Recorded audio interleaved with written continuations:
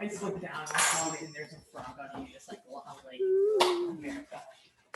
All right, let me make sure this is recording too, so if you guys want to go back and look at it or whatever, it's all there. Oh, look, chair. I know, it's my chair, it's so cool. The coolest chair ever. No, I know it's me. Okay. Don't do that. What does my head look like when I do this? It's loading the needs. What's doing? Yeah. He still hasn't come to tap it. My head looks like this every time I see you, but I do that. Yeah. Yes. Okay. It's a little bit. No, don't do that then. It's not just I can do it. Alrighty, gang. Oh, okay. I didn't mean to hit that one. I meant to hit that one. Ah. Yay. Nothing compared to the time where I forced a sled into my hair. I know, it's everywhere. It's so small. Okay, let's see. Because I didn't know that would happen. All right, I want to show you guys what we should have seen, just so that you get an idea. It's pretty cool. Oops, I didn't hit that first. This is what we were looking for.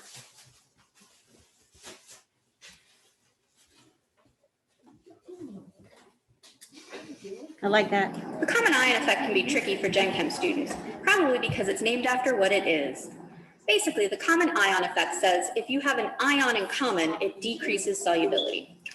Here I have a saturated NaCl solution. I'm going to add some concentrated HCl to that. So what's the ion in common? The white stuff you see is solid NaCl coming out. Now I'm going to add a large amount of concentrated HCl. Woo! See, hers went a whole lot. That white precipitate is solid NaCl crashing out of solution. There we go. And then we also had, I had a great Professor Dave here on common ion effect that I think I'll come back to. I do love, who doesn't love Professor Dave? He's the best. What? Everybody loves Professor Dave. He is the coolest thing ever. Go away. Go away. 9 million windows now. Look at these. Jeez. Okay. And then can you please shrink? Okay. Shrink it. Get out of my way. Go do the grabby thing. All right. That's better. No, wait. Not you. Not you. Daggone people.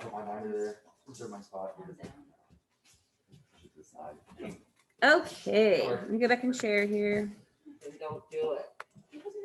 Fix this. Y'all are nuts. I do love it. Last year. I haven't looked at this in forever. I forgot that. This Okay. feels like so long ago. That's good, Cole. Oh, it feels like forever. It does feel like so long ago because that was the beginning of things. All right. So, yes, you're fine. So, we're talking about reversible reactions, which we went over really briefly before lab. So, we're talking about reversible reactions and systems at equilibrium and equilibrium systems. I cannot speak today, and stresses. So, we will be talking about Le Chatelier, of course, and we'll be talking a little about common ion effect. So reversible reactions at equilibrium. So here's what we're working with. Complete reactions and reversible reactions. Are we good over there? All right, reversible reactions at equilibrium. What we have here is, what's a reversible reaction? Who can define that? This should be pretty much what's in your notes. So reversible reaction. Somebody tell me. Michael, what do we got? Chemical reaction in which the Hold on a sec. products- Hang on, guys. He's reading. A chemical reaction in which the products reform the original reactants. Mm-hmm. So as you go through your notes, you should see these types of things written down. This is what you've been working on.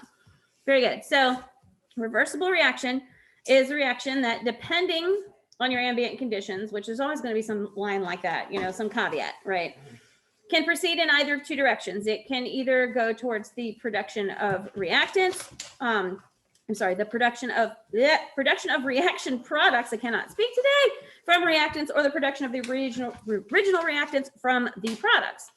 So sometimes you'll see the arrows, you know, when we draw the little arrow for chemical reaction and we say yields, whatever, Sometimes you'll see them drawn a little similarly to that, not quite so fancy, but basically the top half of one arrow, the bottom half of the other. And that tells you that it's reversible. Yes. I think that the colon might be supposed to be a semicolon. No, it's just saying I copied that. So it's not, I didn't put it there. You want the one in the middle? Yeah. It's not because you're the one that copied it and didn't proofread it. There you go. There you go. Proofread it. And now worry about that. We're just like, we don't want brownies. So it's a reaction where the reactants and the products, whoops, the reactants and the products, I just, in the middle of my, see, I can't. Reactants form products which react together and give the reactants back. Awesome. All right, so complete reactions. Y'all good over there? Y'all are chitty chatty today. Complete reactions and reversible reactions. So then what's chemical equilibrium? You defined it in your lab, so you should have it right there. Cole, what you get? A state of balance in which forward reaction is equal to the reverse reaction. There you go. That's pretty good. So your forward reaction is equal to your backward or reverse reaction. And there's going to be no net change in your products or reactants, right? And those concentrations are going to stay the same. And then also, this can be called dynamic equilibrium. You may see that somewhere. Oz, come. Oz. Hey. Come on. Have a day. Right here. Come here. No, he's just taking his sweet time. All right, so you'll see it sometimes called dynamic equilibrium. And there's a little graphic. I'm so glad they evaporated. Hey, we're back. So if you've got a system that's closed like this, some of those, for example, whatever those are waters. They look like waters to me, look like Mickey Mouse. So I'm thinking they're water. Yeah. Those are evaporating, but they're coming right back in. So they're going from one phase to another phase. So this is like a phase equilibrium example in this picture versus a chemical reaction equilibrium. So there's lots of ways to term equilibrium, but whether it's phase equilibrium or whether it's chemical equilibrium, basically what you're looking at is the same thing. You've got no net change of products or reactants, no net change in the concentration of at one state or another. Because remember when we talked about equilibrium state, that was like what, 2 weeks ago, 3 weeks ago? I don't know. Last year, this whole year's a ton more. It is. So funny, not so funny story. In this year of last year. in this whole last 12 months, stop. So in this whole time warp situation that we're in, we apparently forgot to pay the tag renewal fee on our cars. Like it came in the mail and I gave it to Jason and put it on that table and then he didn't do anything with it. And I think it was y'all coming for class one day. So I shoved it in a drawer and forgot about it and he forgot about it. And we were on our way to Chattanooga this weekend and this state trooper pulls us over and is like, hey, is there any reason you didn't renew your registration? And we were both completely shocked that we hadn't renewed our registration. So our answer was, I don't know, COVID time warp. Like we're usually really responsible people. And then this officer says, you wouldn't believe all the problems COVID has caused. And I'm like, I know. And he's like, no, like it causes speeding. It causes running stop. Like he started naming I guess everybody has blamed everything on COVID this year. So Sir, why are you going 165? COVID. Yep. COVID is the answer. So opposing reaction rates are equal at equilibrium. So your forward reaction and your backward reaction are equal at equilibrium. Now, think about when you were dissolving the salt. All right, you were dissolving the salt in the water. At the beginning of the reaction, your forward reaction here, it was pretty fast, right? You could get a lot in. But as you proceeded, the concentration increased. It got to a point where it was slower and slower, right? The same thing will go, the reaction in reverse will proceed inversely. So basically it'll be fast in the beginning and slow at the end, whereas the reaction forward will be slow at the beginning and fast at the end. Which makes sense if you look at time here. So here's your backward reaction. Your backward reaction is going to be faster at the beginning and then slow down. And your forward reaction is going to be slower at the beginning and then speed up, right? So chemical equilibria are dynamic. Yep. You said the opposite in lab. Dude, you're just reaching for those, aren't I don't think I did. You said that the forward reaction would start at the faster rate. in Is lab. that what I just said now? You said the opposite. I said the opposite. Okay, I'm sorry. I'm not speaking clearly. You'll have to forgive me. They didn't send, it's a long story, but basically I'm heading into lupus hell in the next 2 days. So I'm watching it. The next couple days are going to be really interesting for me. They've had a med screw up at the pharmacy. No excuse, but an explanation for why my brain is not functioning. So yes, it's faster in the beginning and then levels out. Yeah. Yes. Slower in the beginning. Yes. All right. I'm just not clear today. Not a problem. So chemical equilibria are dynamic. So what does that mean? Okay, this is an example of dynamic equilibrium. Here's a couple. So you got the dude who's snow blowing and the neighbor that's snow blowing, and they're both snow blowing right into the path that the other one just snow blew, whatever the word is for that. Snow blowed, snow blew, snow blew, snow blowed. I don't know. So that's a dynamic equilibrium. Here's a dynamic equilibrium. This little weenie dog is trying to go somewhere, but he's not going anywhere. His feet are scrambling. He's not moving. It's kind of like being on an escalator and walking the opposite direction. You ever do that? And it's just like you're walking in place, right? You're not getting anywhere. Or Your feet being are on still a moving. treadmill. Yeah, it's going this way. You're going that way, but you're not actually moving. And so here it says you got a mixture of hydrochloric acid, NH3, then you get NH4Cl, reforms in cooler part of the test tube. And then in the warmer part of the test tube, it's decomposing. So it's going backward and forward depending on temperature here. So here's some other examples of equilibria. So without chemical equilibrium, we wouldn't have life that's possible. So it gives an example here involving hemoglobin. So do you guys know what your red blood cells do? They change from red to white. No, they don't. So your red blood cells are what's responsible for carrying the oxygen through your bloodstream. So you've got red blood cells, and they're shaped kind of like donuts where the hole didn't quite get punched out, right? They're discs, but they're depressed in the middle, double concave, if you think about it that way.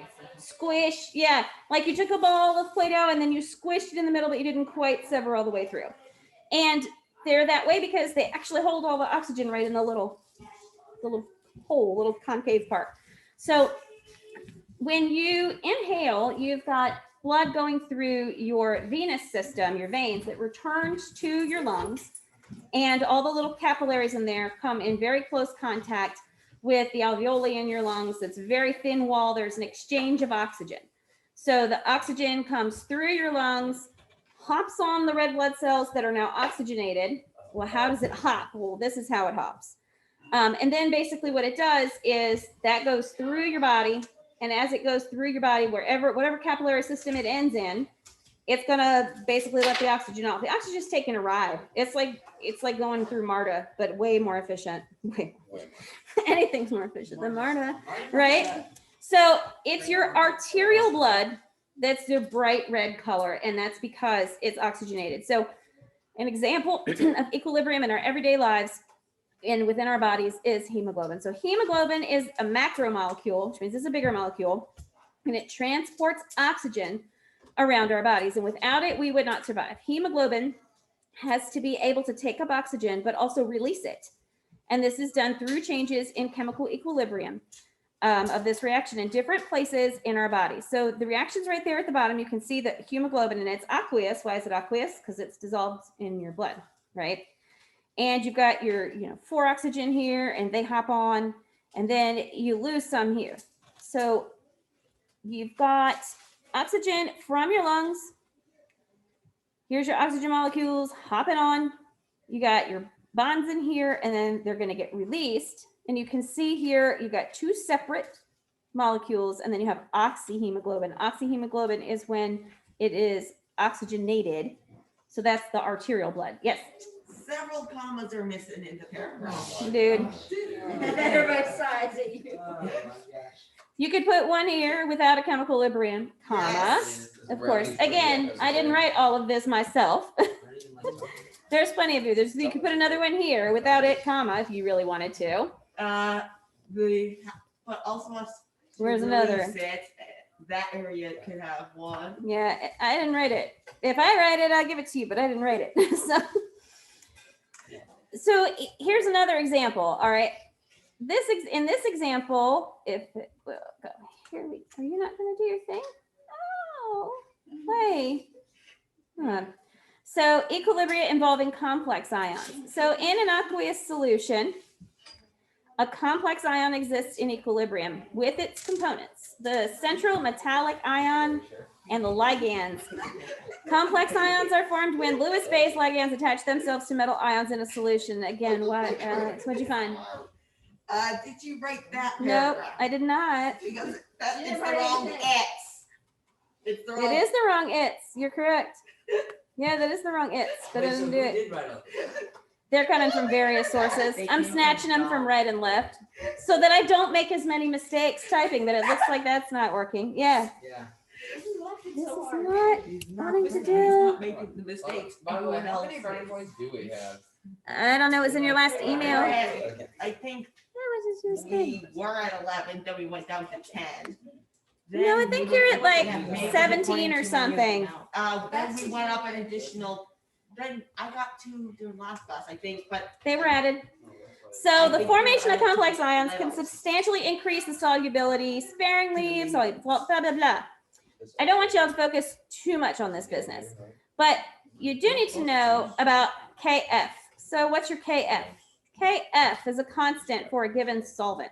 KF is called the molal freezing point or depression constant, and it represents how many degrees the freezing point of the solvent will change. Cole, are you with me? When 1 mole of a non-volatile, non-ionizing, non-dissociating solute dissolves in a kilogram of solvent. So here's what that means. I think there was a chart. Oh, maybe there wasn't. I thought I had a chart. Sorry. Basically, you can find charts. I thought I added it, shoot, with KFs, and it'll give you the KF for various salts. And that lets you know. You with me, Jack? You with me, Alex? 1 mole or 1 gram of that salt? 1 mole. So you add 1 mole of salt to H2O, and the KF is like 0.0001, right?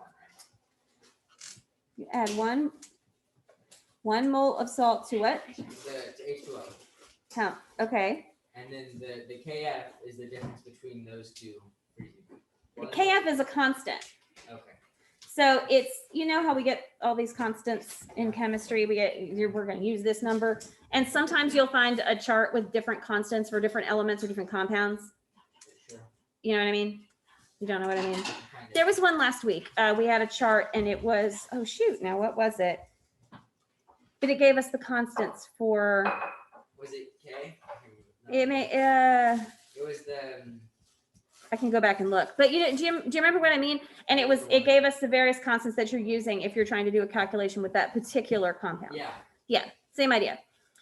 Okay. So yeah, go ahead. What were we gonna? So is it the salt boiling point? I mean freezing point, or the solution that the salt is added to? So okay, good question. So it is the What that- freezing, the freezing point of what changes? okay. So it's a constant for the solvent. Okay, so And- the KF of salt is different for water and for The KF gives you the. Hang on, I'm trying to. You know how I was telling you earlier today. It's so- a constant for salt. Yes, the constant for the solvent, and I cannot speak. Like words are not forming in my mouth today. So when you have you're trying to form your complex ions, okay, you can increase the solubility of the salt if the complex ion has a large KF. So what's that mean? So your KF is a constant for your solvent. I think I said salt a minute ago because my mouth is not functioning. But it's the molar freezing point depression constant. That's all blah, blah, blah, right? That's a lot of words. But it's how many degrees of freezing point the solvent changes when you add the solute. So think about water. When you add salt to water, you've changed your freezing point and you've changed your boiling point, right? There's a different KF for every combination of solvents and solute. Should be, let me double check it, but I'm thinking that, Or sometimes they're the same, but yes, yeah. Let me look at that again in a minute to make sure I get it. Because I'm telling you, my brain is dying today very slowly. So, all right, so let's look at KEQ too. Y'all okay over there? Yes. All right, so KEQ. What I want you to get mostly from this lesson today is the bit about common ion, which was in lab we saw, and we now that the video function, we'll look at it. And here we go. So this is the equilibrium constant. So we're talking about constants again, right? So this is a constant which tells you this one, Michael, is the one I think is more applicable to what we'll be doing in class. So it tells you which side of the equilibrium is favored. Yeah. And so you've got this constant here, and yeah, it's specific for this particular reaction. So it shows if it's very large, then it says that the concentration of the products is greater than the reactants. So that means which way is it going to move, right or left? If your products, if your KE is large, the concentration of your products is going to be greater than your reactants. So is the reaction going to be more likely to move right or left? Right, correct. So it essentially goes to completion, right? Or all or almost all of the reactants are going to be used up to form products. So if you have a large equilibrium constant, which is really more of our focus, I think, than the KF, if you have a large equilibrium constant, then it's going to go left. Now, if you have a small equilibrium constant, then what's that going to mean? The small equilibrium constant means there's more reactions to products. More reactants to products. So which way is it going to be, which way is it most likely going to move, right or left? Left. Great, there you go. So the reaction doesn't occur to any great extent, or if it does, it's going to move the other way. So the concentration of reactants is greater than the concentration of products. The reaction does not occur to any great extent. Most of the reactants are going to remain unchanged, and there are few products produced. When the KEQ is not very large or not very small, close to a value of 1, then what you're going to get is roughly equal amounts of reactants and products. So what would that mean? If you have equal amounts of reactants and products, then your system is where? Yeah, exactly. So if you've got equal amounts or roughly equal amounts, then your system is going to be at equilibrium. I would hope so. You would hope. That's the idea, right? So solubility product is KSP. So this KSP is solubility product constant KSP. So here's another constant again, right? Is the equilibrium constant for the solid substance dissolving in an aqueous solution. So the KF was the solvent. The KSP is, here's your solute, right? But it's dissolving in aqueous solution. So you know you have water present, right? So it represents the level at which a solute dissolves in a solution. The more soluble a substance, the higher the KSP value. So the solubility of a substance in a solvent is the total amount of the solute that can be dissolved in the solvent at equilibrium. So think about that. About how many grams of salt did you get in your solution today? 30. You got 30. You guys had 25. We put extra in. You got 30. So everybody got around 25, 30 grams. Okay, so you would know that if you were to do the calculating here, you would probably find that you've got a solubility constant. You guys good? You would get a solubility product constant. That would be pretty, that would, 40%. you'd be looking at that. So your substance, solubility of a substance in a solvent, that is the total amount of the solute that can be dissolved. From what we've seen today, the KSP of NaCl and H2O is around 40%. Yeah, because you had what, 75 and 30? 30, so Yeah, so that's a good estimate. That would be it. So here's how, so on the other hand, the solubility product constant is an equilibrium constant that provides insight into the equilibrium between solid and solute and its constituent ions. So if you look here, most salts dissociate into ions, right? We know that. You put a salt in an aqueous solution, it's going to break apart. So the equilibrium system may be described by this is called a mass action expression. But if you look here, basically we've been doing this since the beginning, right? This broke down into its ions because it was in water. Yeah. All right. So using KSP to make magnesium, you saw that section in your book, right? Yeah. Yeah. All right. So how do they do this? So I tried to find some really good examples of this, and it was harder than I thought it would be. But I finally found some. So basically, it's saying those slightly soluble hydroxides are not salts. They do have solubility product constants. Here's magnesium, and this is the constant for it. So the equilibrium is the basis for obtaining magnesium from seawater. So what they do here is in the first, you get over there, Alex, in the first reaction, it says you have calcium carbonate and they decompose it, which is what happens here, right? Decomposition, it breaks down. And what they're wanting from it is the calcium oxide, okay? So they decompose it and they get their calcium oxide. And then the next thing that they do is the calcium oxide undergoes synthesis reaction to form calcium hydroxide. So here's your calcium oxide. They've taken it out of the seawater, which is interesting because now they are, I mean, not taking it out of the seawater. Sorry, we didn't get seawater yet. We're adding it to water. So you've got calcium carbonate, you've broken it down, you get the calcium oxide out, you add it into water, and then you're going to start getting some of this calcium hydroxide. Based on the name, what is calcium hydroxide, acid or a base?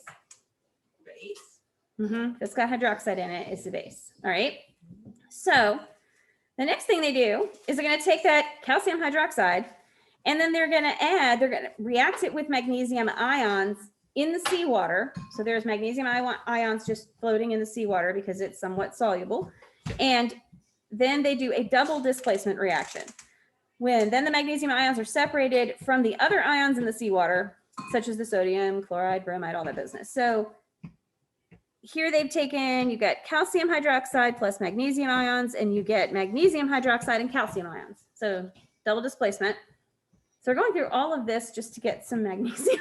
It seems like a lot, right? Can we just like mine it? I know it. So then the solid I'd say I'm betting no because probably not. I would assume, because this takes a long time. And It has to do with sodi- it reactivity. did the sodium, so Yeah. probably reacted with water a long time ago. So the solid magnesium hydroxide is then filtered out, and then they neutralize it with hydrochloric acid. So they've got the oxide, and now they're neutralizing it with hydrochloric acid. So then what should be left? If you put an acid and a base together, what do you get? Salt. You get a salt and water. Yep. So here's your magnesium chloride. There's your salt, right? Which came from your magnesium hydroxide and chloric acid hydrochloric acid reacting together. So you get your magnesium chloride. And then they decompose that into magnesium and chloride. And then ta-da, they have magnesium. So, 5 steps later. Yeah, really. And I did see some, yeah, I did actually see some diagrams of the laboratory equipment they use for this. Like it's industrial lab equipment and it's Yeah. multi-phase, multi-tank craziness. I mean, super nuts. So equilibrium systems and stresses. So remember there are 3 stresses. What are they? Yeah. Pressure, temperature, concentration, except pressure deals only with gas. Okay, so here we are with Le Chatelier. Yeah, I love it. Le Chatelier. We have so many great French, I'm telling you, the great French chemists, the fun names. So here's Le Chatelier's principle. And sometimes they just call it Chatelier's because they're ignoring his name, or they call it equilibrium law. All right, so it states when a system experiences a disturbance, such as concentration, pressure, or temperature, it will respond to restore a new equilibrium, right? I'm telling you, the Rendels must have been up all night because Lily was barely hanging on and you are so tired. Do you sleep at your house? You do? For real? Okay, you don't? I just usually don't wake up early. You I usually have don't wake up no early. clue how Ethan sleeps. We'll play one night till 12 a.m. and the next night I ask him at 9, he's like, no, dude, I'm going to bed. Yeah, bro. I don't Yeah, man. understand. 9 o'clock going Well, to sleep. It's usually what I have to do the next day. Like today, I'm gonna go to bed early because I have like a lot of school tomorrow. Like, on like a Thursday, then I'm like, dude, I'm There you go. So here's Le Chatelier's principle in a little graphic. If a stress is applied to an equilibrium system, the reaction will shift in a direction that tends to reduce the change. So that's what we were supposed to see in lab today, is that if we added the hydrochloric acid, that we should see some sodium chloride crash out because we've added in more chloride ions. That should have been what we expected. So here we have the increase in temperature and decrease in temperature. So if you increase the temperature in a system, it's going to shift the equilibrium in the direction of what? So what happens? if the temperature is increased, the position of the equilibrium moves in the direction of what? The endothermic reaction, right? And if it decreases it, it's going to move in the exothermic direction, right? All right, so that makes sense. Think about that for a minute. For example, when we did, trying to think of, Because it's trying to keep the same heat. well, it has to do, okay, think about it this way. If you are increasing the temperature, it's already hot, okay? So Oh, that's true. obviously it's going to shift in the direction of being Releasing heat. right. It's gonna, yeah, exactly. Because you're trying to keep a balance. So if you're decreasing the temperature, it's going to be exothermic because it's going to try and again maintain the balance. Does that make sense? So if, yeah, the reaction is going to go in the direction that produces heat if you are decreasing the temperature because it's trying to maintain its current state. So if the temperature is reduced, the position of equilibrium moves in the direction of the exothermic reaction. Now, if we change the concentration to alter the equilibrium composition, which is what we were doing in lab. So pressure changes may alter systems in equilibrium, and a pressure, oh, well, that one says that. Oh, I guess it's the way your book was situated. So here's your pressure changes. Remember, pressure applies to gas. So a pressure increase is going to shift the equilibrium to the side of the reaction with fewer number of moles of gas. Okay, think about it for a minute. Try and picture it in your head. You've got fewer number of moles of gas. You're going to increase the pressure. So if you've got a container, let's say you've got a container and you've got 5 moles, all right? Just picture 5 little marbles for the sake of argument, okay? And now you are squeezing the size of that container smaller and smaller. Your reaction is going to want to, your equilibrium is going to want to be maintained. So if there's a way to have 5 marbles versus 10 marbles, which way is it going to go? It's going to go to the 5 marble side. It's not going to go to the 10 marble side. So if your pressure decrease shifts in equilibrium to the side of the reaction that has a greater number of moles of gas. So again, you're always trying to get to equilibrium. It's trying to keep things the same. So basically whatever you do to it, it's going to do the reverse, right? If you add heat, it'll release it. If you add heat, it'll release heat. Yes. And if you add pressure, it's going to try and release pressure by shifting to wherever the fewest number of moles of gas is. All right, so this is a very handy chart. So here you have concentration, pressure, and temperature. All right, so here is your increase in concentration of a substance. So it says here, it shifts it away from that substance. And why? Because extra concentration needs to be used up. So think about it in terms of your lab. Okay, you increased the concentration of a substance. What substance did we increase the concentration of in the lab? Salt. About the repeat question, sorry? So which substance did we increase the concentration of in our test tube? Salt. Well, we had salt in there. The ATI. So we added we had NaCl and we added HCl. CCl. There you go. So we increased that. So it's going to shift away from having them be independent chloride ions because it says extra concentration needs to be used up. So how's it going to use it up? It's going to make more product than what was the product?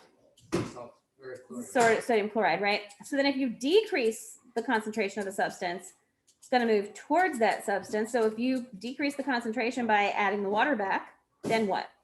It will create more. It'll go back to chloride. Right, it needs to produce more of the substance to make up for what was removed. So yeah. All right, so how about the increase in pressure? So this is gas only. So this is what we were just saying. If you increase the pressure, it's going to move towards fewer moles. And why? So for gas, pressure increase is a volume decrease, right? Pressure increase is a volume decrease. If you decrease the volume, are you okay over there, Alex? You're like out of it. So yes, I see. So if you increase the volume, you decrease the pressure, right? Remember, you take the cap off of your soda bottle. Now your volume, the volume of your air that's inside of your dissolved in the liquid soda can now take up the whole space of the room or wherever you are, right? It's not trapped in that little bottle anymore. So now your pressure has decreased markedly. So how about this one? If you increase the temperature, this is what we're just saying. You guys good over there? He's got a Alex. piece of hair. He thinks Leave it's it. mine, and he thinks it's Jack. Leave and we're it. Fighting over it. Focus, dude. So We're fighting over it. who can explain, but who besides Michael? Michael explained it last time. Here it is again. We were talking about heat and temperature and heat. So if you increase the temperature in a system at equilibrium, what's it going to do as far as endothermic, exothermic reaction? Which way is it going to shift? Excellent. Yeah, if you increase the temperature, So It's gonna excellent, go- and if you decrease the temperature, it will go endothermic because it's trying. right? No, No, Opposite. it's the opposite. Sorry. it's thermal. Right. No, he's going the right direction though. I see what you're saying. So if you increase the If it gets temperature, colder, it's gonna add heat. If it gets hotter, it's gonna. yeah. So it's gonna think of it this way. This is better language here. I like the way it said favored. So it says if you increase the temperature of a system, the exothermic is favored. And why? Because the extra heat and energy must be used up. It's shifting back to where it was. Raise temperature. Yeah. So then if you're going to decrease it, if you're going to decrease, okay. So then let's look at this one. Adding a catalyst. What's a catalyst do? It doesn't shift it. It just speeds it up, right? Doesn't shift it. It just speeds it up. Okay. Here's our common ion effect. And we are going to watch our Professor Dave on this because he does a really good job with it. So your common ion effect, and I really want you to get this one, like nail this one in. Common ion effect is what happens when you have an ion in common that you're adding, like that's exactly what we did today in lab. We had that chloride floating around. So the common ion effect refers to the decrease in solubility of an ionic precipitate, which in our lab would have been what? What would have been the ionic precipitate? What should have crashed out? The sodium chloride, right? Yeah. That's your ionic compound, right?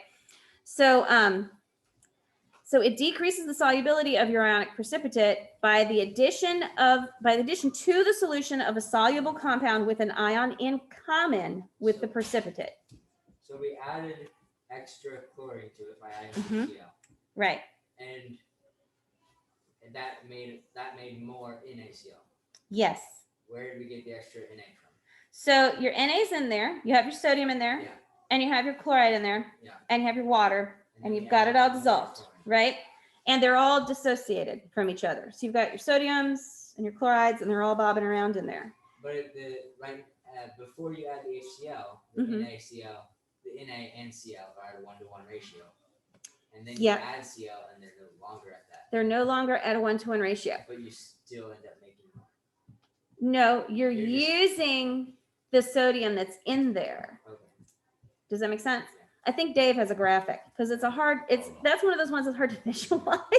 It's like, what is going on? Yes. Dave, show me the picture. By the addition to the Oh, Lord. solution, that just sounds off. Well, that's what it wrote. That's what it is. It is what it is. So, this behavior is a consequence of Le Chatelier's principle for equilibrium reaction of the ionic association dissociation.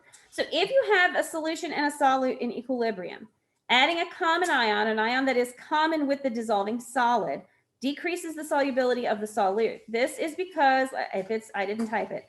This is because Le Chatelier's principle states the reaction will shift toward the left, which is towards the reactants, which is what happened in our lab, right? It went back to the left to relieve the stress of the excess product. So here's your common ion effect right here. Just And it's what's your question? You didn't write what's in with the graph. That's not a question, same thing. So- No, that is a question. If a new substance having a common ion is added to an already saturated salt solution, which is what we're doing, right? Then some of the original salt will precipitate out as solid crystals, thus reducing the solubility of the original salt. So this is common ion effect. So in this case, they didn't add, they were adding sodium iodide in right here in AI. All right, now, ooh, there it is. It just didn't show up correctly. All right, so here's Dave.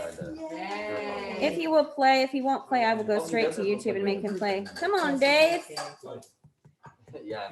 Come on, Dave. I don't know why it gets like this sometimes. It asked me beforehand, would you like me to play Dave? And I said, yes, I want you to play Dave. And then it didn't. Remember that. I know. And I don't know why it's not playing over there either anymore, but Is that for some reason, the sound's only on my computer today. So I absolutely love teaching. she loves teaching. I just wish I had more time to prepare fun lessons, especially for science. That's why I use GenerationGenius.com. Nope. Skip it. Okay, It's here's Professor Dave. Dave. Let's learn about With the a haircut. common ion effect. What happened to his hair? As we continue Okay, to so learn watch about for his graphics. solubility and precipitates, Listen. we are beginning to understand ways that we can predict or even control precipitation. One such approach we must understand involves something I don't know called why it's the not. common ion effect. So let's learn precisely what this means. The common ion effect is an application of Le Chatelier's principle, which we learned all about in an earlier tutorial. So if you need to review, check that out now. Otherwise, we know that under this principle, which describes the behavior of equilibria, if we were to add an additional amount of one of the components in an equilibrium, the equilibrium would shift towards the other side, using up some of that additional component and creating more of the substances on the other side.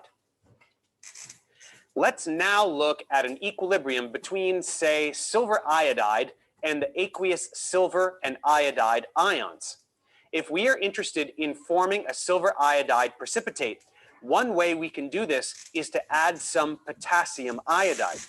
Potassium iodide shares a common ion with silver iodide, that being the iodide ion. If there is more iodide ion in solution, that will affect the equilibrium and it will shift left to use up the excess iodide ions. If the equilibrium shifts left, that means more silver iodide precipitate will form. So this is a method of promoting precipitation. Let's look at this more quantitatively. Cadmium sulfide has a KSP value of 1 × 10⁻28. If we place some cadmium sulfide in a 0.01 molar cadmium bromide solution, what will be the molar solubility of the cadmium sulfide? So first we must recognize that the common ion in this situation is cadmium, as it is present in both compounds. Let's then set up an icebox for the cadmium sulfide equilibrium. Ice is the We know ICE the at initial bottom. concentration of cadmium ion is 0.01 from the cadmium bromide, and there is no sulfide at first. Then a tiny amount of the cadmium sulfide will also dissolve. So we must add a change of X to each initial concentration to get our equilibrium concentrations, which will be 0.01 plus X and X. Yeah, right. We can then plug these terms into the KSP expression, like so. Now, It's since the very algebraic KSP here. is so incredibly tiny when compared with the initial cadmium ion concentration, we can consider X, or the additional concentration of cadmium that will come from cadmium sulfide, to be negligible. In other words, the equilibrium concentration of cadmium will certainly round down to 0.01. So let's just call it 0.01, which simplifies the expression considerably. Solving for X, since the having sulfide a lot of fun with concentration will be algebra equal to here. the molar solubility of cadmium sulfide, we get a molar solubility of 1.0 × 10⁻26.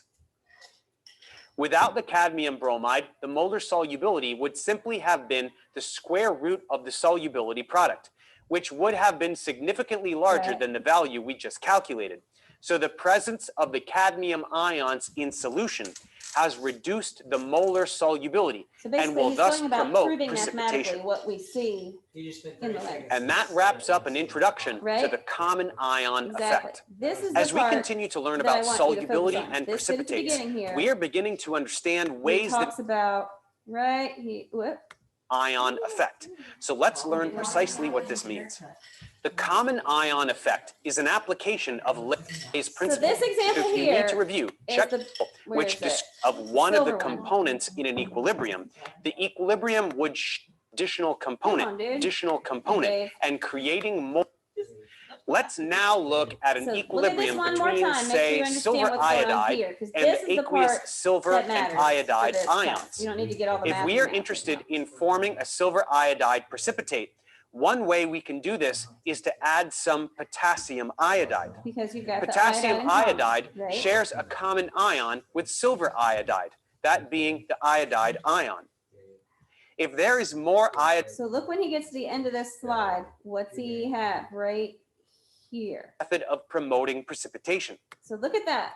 So he's added potassium iodide, right? Here's your iodide, broke out here.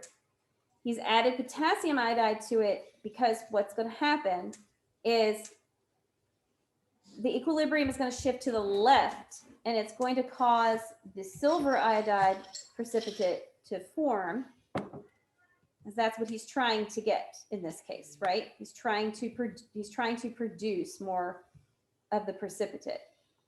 So with this one, he got all the math involved, and basically he's just showing that mathematically it works too. Like you're going to get a value, it's a certain value. Okay, so That was necessary. what? I don't think that was necessary. The second half of it, not so much. It gets he gets super wordy. Okay, so there's Dave again. It did. Dave didn't want to play. I know, because he doesn't want to play. I don't know why. Okay, All right, so practical uses of Le Chatelier's principle. So this can be interesting. Mood rings. Anybody ever had a mood ring? See, Oh, never had- I love them. They're fun. Wow. So these rings are advertised to tell your mood, but in reality, they read your external body temperature. They are called thermotrophic liquid crystals. That's what's in the rings. Why don't Okay. you use them to read temperature? They do. Have you ever had the strips? You know the little temperature strips that you put? No? We have some upstairs. Are they for fake fish? Sometimes. Yeah. Mhm. You can't, like, Yep. Thermotrophic liquid crystals in the rings arrange themselves according to temperature. The change in the molecular structure establishes a new equilibrium and affects the wavelengths of light that are absorbed and reflected. As temperature increases, red and green light is absorbed and the ring becomes a dark blue and the temperature is a stressor. So if you've ever had the mood rings or you've done the little temperature strips, they're a little black. It looks like a little black plastic, flexible. Nobody's like, you don't notice? I have some upstairs. I have some upstairs that are for kombucha making. Actually, you can put it on the outside of a jar, but I got them for some lab stuff last year, and then we ended up switching. So this here is showing the production of ammonia. Remember what I said there was like a crazy industrial laboratory thing for the magnesium? This is what the ammonia one looks like. Nice. And they're starting with methane and water and air.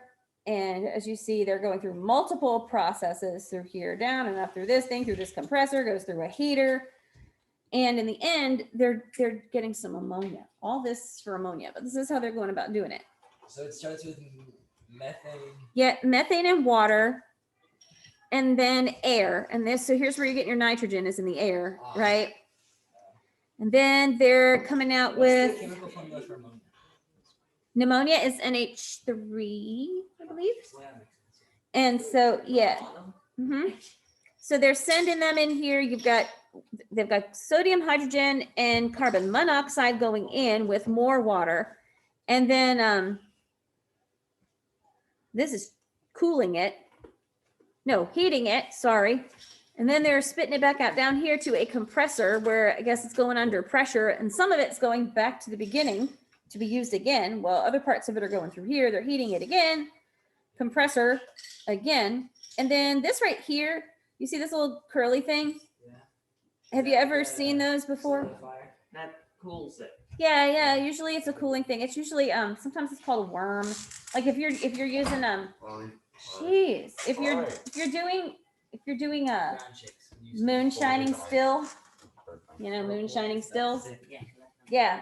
So a still has this in it, and there's chemistry equipment, lab distilling equipment that has the same thing, but it's glass usually. So if you've ever seen, like, I don't know if you ever watched that Goofy Moonshiner show on TV, it's hilarious. Those people have got to be some of the best character actors on the planet because they can't be real people. What's that guy's name? Jim Bob or whoever, you know what I'm talking about? Oh, the guy who wears the overall and no shirt. Yeah, he wears overall. He's an old man with He like has no a little- teeth. He has an Overall, actual no place shirt. that, Jim Tom.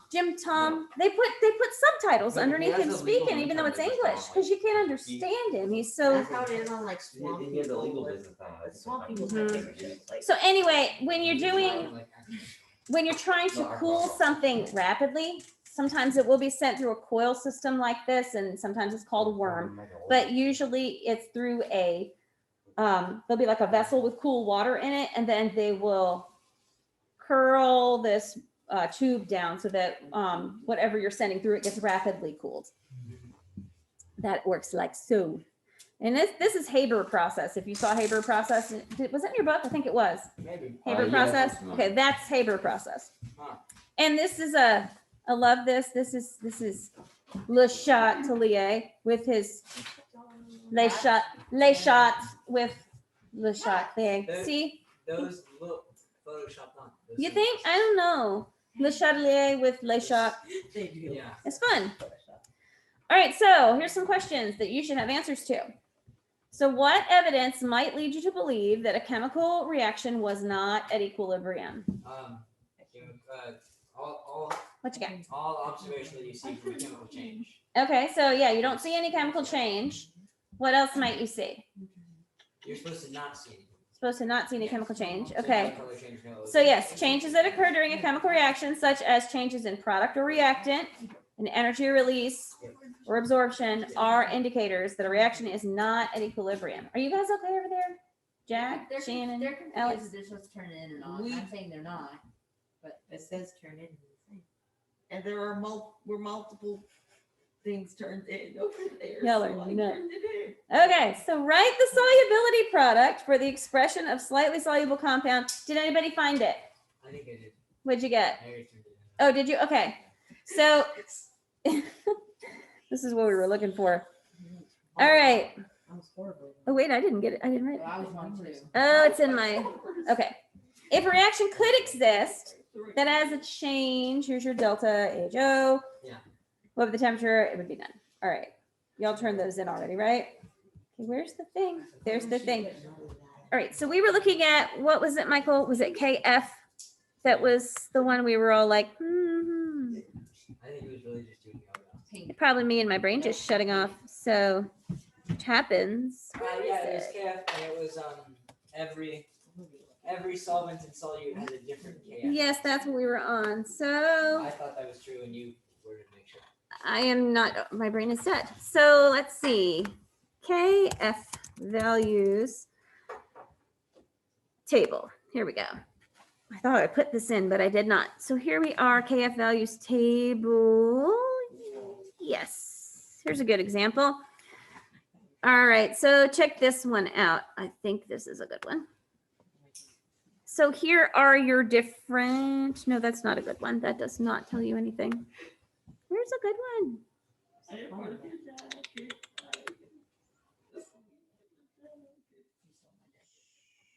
Okay, there has some. So here are some, these are all solvents, right? So here's your KF for solvents, these particular solvents here. But what is the solute? So in this case, it's not mattering. They're just giving you what KF is. Yeah, but how do you know that Right. KF? Doesn't the KF change based on what solute you put in the solvent? Right? I would think that sodium it's- chloride would change it than just pure. So you've got a KSP. That is going to be the solute.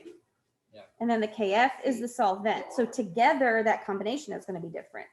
If that's, does that make sense? I thought the KF was the only thing that had to do with freezing. Let me double check and make sure that I'm not telling you something kooky and crazy. I looked it up and familiarized with myself like 2 weeks ago, and then I went and they ran out of my notes. Is there a different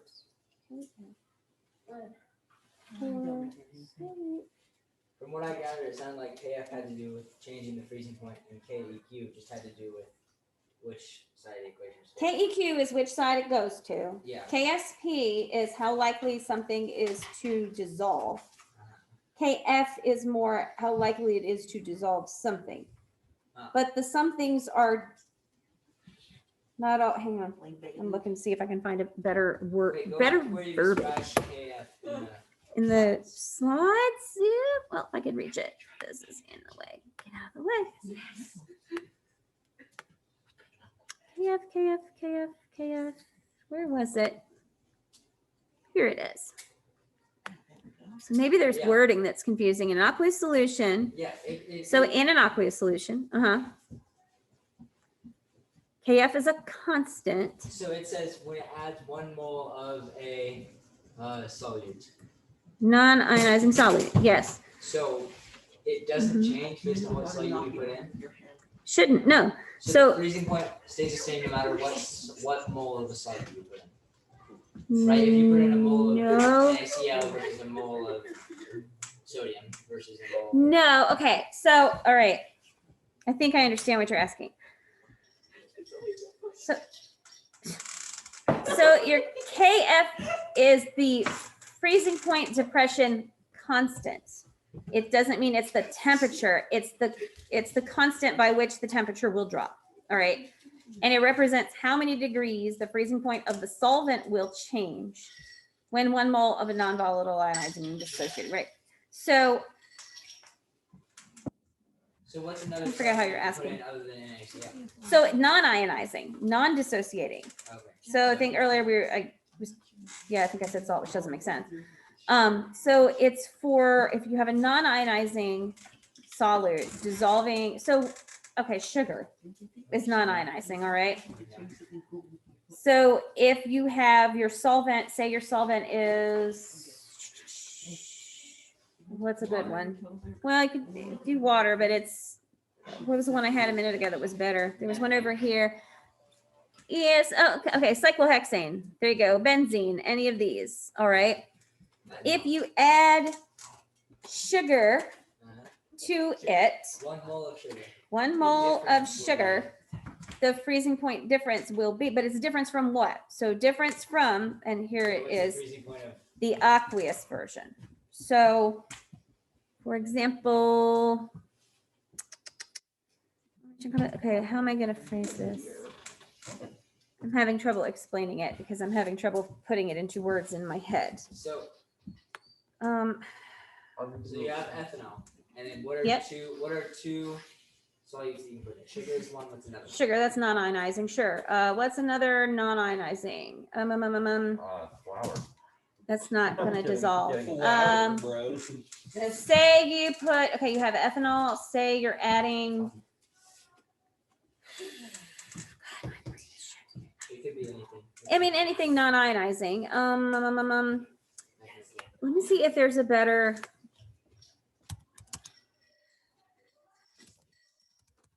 There's somebody who can put English words together because I can't today. So it's Professor Dave again. He did KSP. We don't want KSP, we want KF. Those are all equations. Ice. Yeah.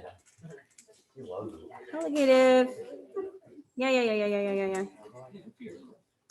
Oh, this lady. Okay, wait. I looked at her. Hers wasn't bad. File a simple return I for looked at free. hers and Now with advice decided Free. from a TurboTax Live expert. hers was good. She did a lot of numbers and math with it to show why it works.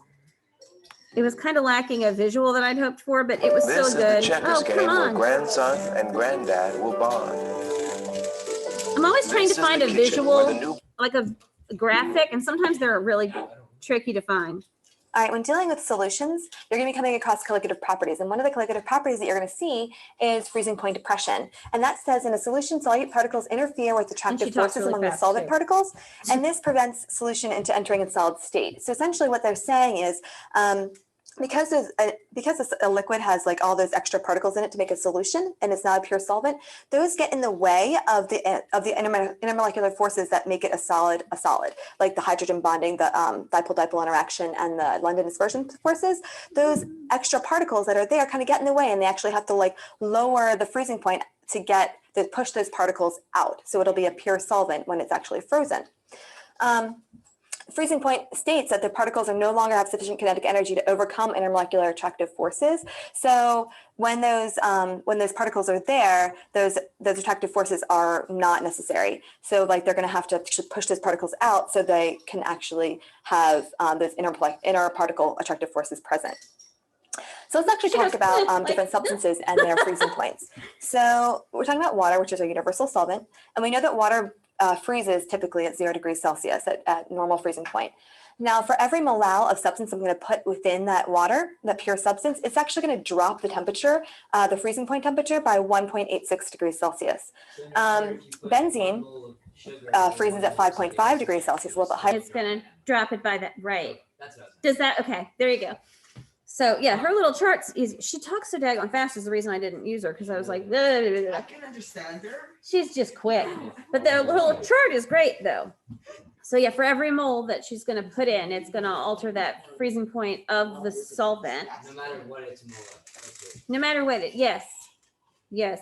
No matter what it's, say it again. No matter what mole it is. No Yeah, matter- this much no per matter mole. if it's a mole of sugar or a mole of. Yeah. And it has to do with, like she said, pushing that stuff out of the way so that it can, yeah, right. I know. Not as much what I'm worried. Okay, let me look. We have a couple more. You have a, but you have a test coming up. So you might want me to kind of, remind you about test stuff. And it's 2 chapters this time, right? So I'm gonna disconnect here and I'm gonna stop my share so you can't see it. All right.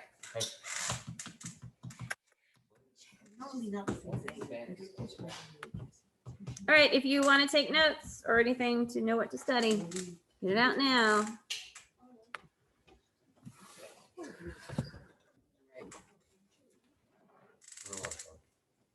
Now this one, because it covers 2 chapters, is longer.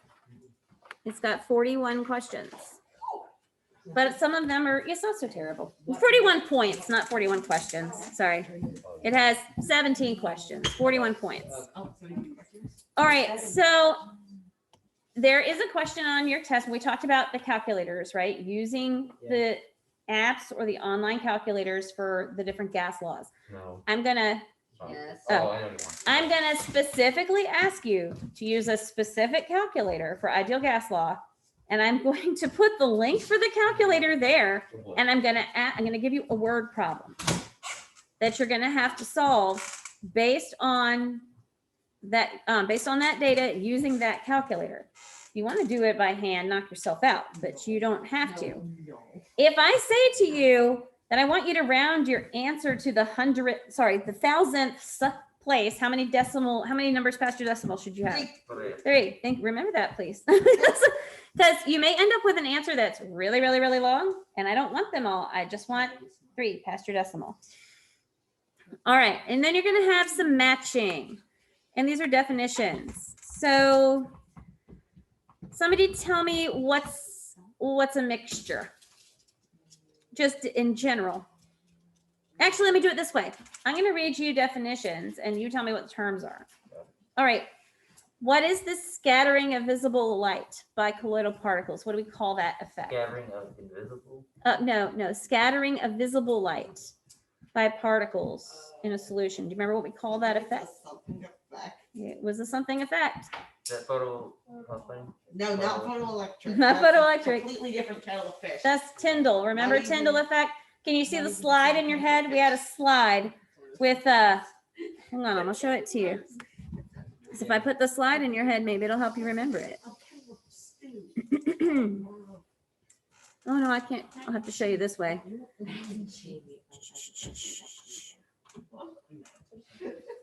think it was was that in lesson 22 or 21? Anybody remember?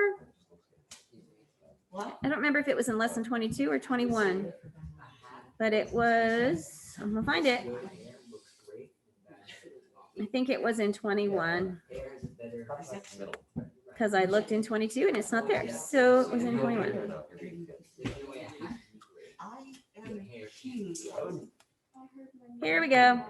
It's this picture. Do you remember this? Oh, Remember this picture? Ding, ding, ding. Tyndall effect. Remember the image. Tyndall effect. Okay.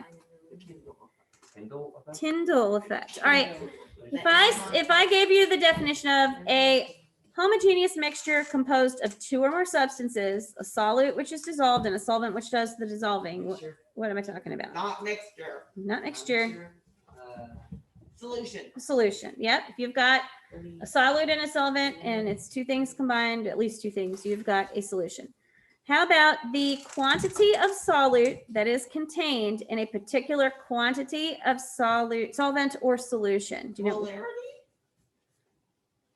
close, could be, but if that wasn't one of your options, what's another way? Concentration. Concentration. Yeah, remember that molarity is very specific because it actually gives you, you're actually dealing with moles. And remember that concentration can deal with the solute in the whole solution or the solute to the solvent. Yeah. So you can say, I had 5 grams of salt and I added 100 milliliters of water. Or you can say, I had 5 grams of salt in however many milliliters of water, right? All right, how about a mixture in which very tiny particles of one substance are distributed evenly throughout another substance? Is that a mixture? Your choices left are, let me see, so your choices left are colloid, heterogeneous, homogeneous, and mixture. I think it's colloid. You think it's colloid. We don't agree, so we'll come back. We'll tell you what the other ones are. Homogeneous. How about a mixture in which the particles are easily separated? Heterogeneous. Heterogeneous, so we've knocked that off. So now we have mixture, homogeneous, and colloid left.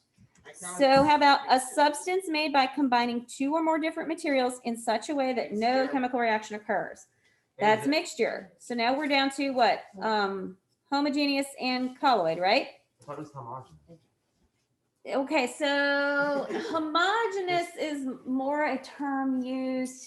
Also, it sounds better. It does, and I fight it every time because homogeneous is a term used more in biology when discussing like populations and There's woods. yeah, it's with chemistry they lean towards homogeneous and heterogeneous, but in biology you will hear sometimes homogeneous and heterogeneous, but it's not exactly that. They're referring to slightly different things, although the idea and the definition is basically rooted in the same thing. So it's super fun and confusing. Okay, the last one was, okay, so here's what we're left with. We're left with colloid and homogeneous. We have a mixture in which particles are evenly distributed and not easily separated. And then we also have a mixture in which very small particles of one substance are distributed evenly throughout another The substance. second one's colloid. There you go. Second one was colloid and the first one was homogeneous. All right, so then you'll need to know, oops, go away, go away. What dissolves and what does the dissolving? What is dissolved and what does the dissolving? Solution. Solute is the dissolve. Solute is dissolved and solvent does the dissolving. All right. Most common unit of concentration is blank, which is also useful for calculations involving stoichiometry of reactions in the solution and is defined as the number of moles of solute Molarity. present in 1 liter of solution. Molarity. Yep, molarity is a good one. All right.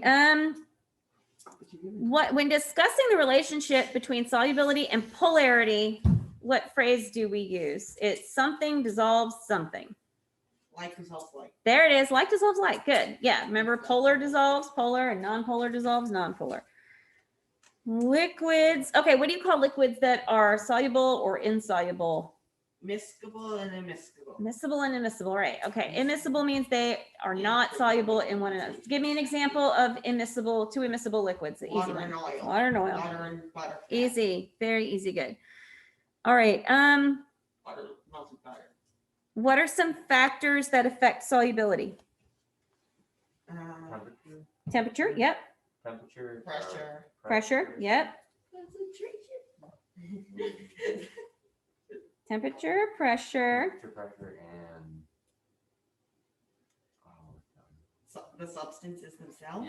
Yeah, the type of solvent. Yeah, huh? We're talking about the solute. So what affects the solubility? So that's a solute. So yep. Pressure wood. Here's one more. Think of it this way. Would you, if you were super thirsty and wanted to drink your iced tea right away, would you want to take the time to dissolve a spoonful of sugar, granulated sugar, or a sugar cube? Surface area, Abby. There you go. That a girl. All right. So somebody tell me the differences between unsaturated, saturated, and supersaturated. Unsaturated, you can still dissolve more into it. Saturated, you've got as much as you can Mhm. at that temperature. Mm-hmm. And supersaturated, you have more than it can support, and everything's about to, and it's about to drop back down Mhm. as soon as something happens. Right. So be sure that you remember the part about temperature. Remember where temperature plays in with supersaturated. How does temperature play into supersaturated? How do you how do you make a supersaturated solution? What do you have to do? You change the temperature of the solvent, and therefore you can get in more solute than you typically could. So when you're talking about supersaturated, you're saying it's a solution that has more solute than it should be able to contain at that temperature, right? At that temperature is what you need. All right. What? Okay. There'll be a true or false about Henry's law. Okay. So that's the law that talks about an amount of given gas that dissolves in a given volume of liquid, and whether it's directly proportional or inversely proportional to the partial pressure of the gas, blah, blah, blah, blah, blah. So look at Henry's law and think about your soda bottle with your cap on and your cap off. That should help you. All right, let's see. What's an electrolyte? It's vitamin. It's a vitamin, basically. Okay. Mineral. It's something that when dissolved in water conducts electricity. Yeah, why does it conduct electricity? What does it produce when it's dissolved? Ions. There you go, ions. Dissolved in water, it produces ions. Is sodium chloride an electrolyte? Yes. Yes, it is. Very good. Let's see. So what are colligative properties? Lowering of freezing point is one. Mm-hmm. Elevation of boiling point is another. How do you spell that? What properties? Colligative C. Go ahead. G-A-T-I-V-E.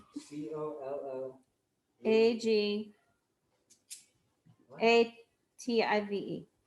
I have to write it. Yeah, so they're all linked together, right? It's vapor point, depression of vapor point, depression of freezing point, elevation of boiling point, and fourth one just went. So why does it work to put salt on a sidewalk to avoid ice? Because it lowers the freezing point. It lowers the freezing point. It also lowers the vapor point. All those things together, right? All right. Okay, detergents versus soaps. Tell me the difference between detergents and soaps. Okay. Who remembers the difference? Surfactants and Detergents are surfactants. Soaps, they separate things. Yeah, soaps have fatty acids and some random ions and whatever's in it, but detergents contain surfactants, right? And soaps do not contain surfactants. Do you remember what the little graphic looked like? Everybody remembered because everybody laughed. You don't remember? Circle? I'll Oh, have yeah. to help you. I have to help you remember. Yeah, I remember. No, you Everybody laughed, made me remember. see, everybody laughed because everybody's like, "Oh, that's so funny! Ah, look at the little surfactant. He's swimming. Yeah. Swim, little surfactant, swim." Yeah. Right? Because it has a hydrophilic head and a hydrophobic tail. Yes. Yes, right. When you have a lot of surfactants with a little oil in the middle, it creates a micelle. All the little heads, the hydrophilic heads are out, and the little hydrophobic tails are in, and they're hydrophobic, but that also means they're attracted to the oil, so they're all touching it. Yes. Can we go over the balancing equations that we did? Yes, I will. I'll put that up in a minute as soon as I finish going over test stuff. Yeah. All right. Hey, hang on. All right. What do you call it when you have your rate of forward and reverse reaction the same? Equilibrium. Chemical equilibrium. Okay, there you go. And then,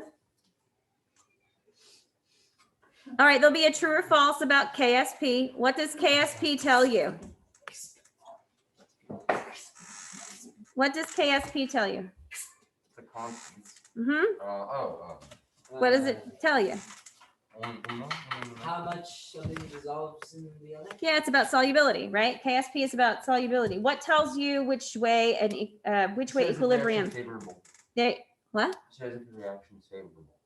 I think. What that's shares of reactions favorable? KEQ. Oh, I'm reading it. KEQ, right? That was the next question I was going to ask. What tells you if the reaction is favorable? KEQ. There you go. All right. So Le Chatelier's principle states that when a system experiences a disturbance, such as concentration, temperature, or pressure changes, it responds to restore a new what? Equilibrium state. Cole, will you please click your dog or call him in? You hear me? Thanks. All right. According to Le Chatelier's principle, what are the three things that affect equilibrium? Temperature, pressure, and concentration. Abby is on the ball. All right. Now, if I asked you to explain the common ion effect, could you do it? We're not sure we could do it. I think so. Common ion effect. All right. I'm going to see if I can find a little more on common ion effect to put in your weekly email because I want to make sure you guys understand that one. That's the one. That's a big one for this week. Because it, oh, I got this extra crap. Let's see if I can find too many things here on my screen. All right, so you've got like 7 minutes. I'm gonna put back up for you your answers for any of you who did any balancing, because I know he did some balancing. Michael, did I answer your question well enough earlier? Sorry for yes. Okay, sorry for the brain fart. Sometimes I can't control them. It's real fun. I did too. Between that dude beating me yesterday and I know he didn't. He was supposed to be good to me, but man. Let me get rid of this TV and then put it back on. He doesn't need to speak. He doesn't need to speak. He's supposed to be quiet. He doesn't need to speak. He doesn't need it. He doesn't need it. Yes.